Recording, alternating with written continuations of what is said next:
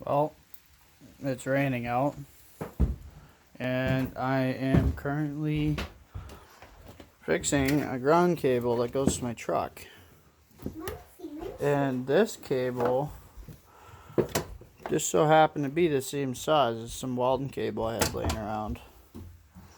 And let's see, where's the piece that was no good? Oh, yep, right here. Nope, that's fuel line. Here it is.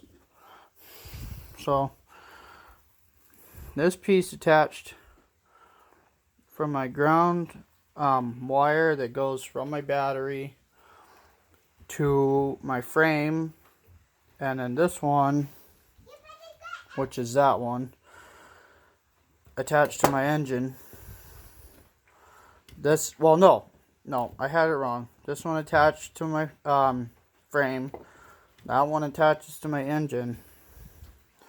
And if you follow this, this attaches to the battery, obviously. You guys know that. And then this one attaches to my fender. Now, I'm not sure if this is going to solve the problem or not, but my truck is having a no start issue. I've got a relay. Try that. I've replaced the TFT sensor. I've replaced the ignition switch. I've replaced, what else did I replace? 2 relays already. I replaced a blue 20 box amp fuse with the clear cap on the inside there. And then I found this broken ground wire today. So I'm kind of hoping that solves the issue. It will start at the yellow wire next to the battery, for all you that know that. But it will not start at the ignition.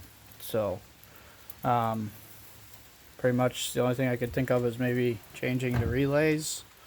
And if none of that fixes anything, then I'll have to dig back into the transmission and try to figure out that neutral safety switch maybe. I tried starting it in all positions with the transmission.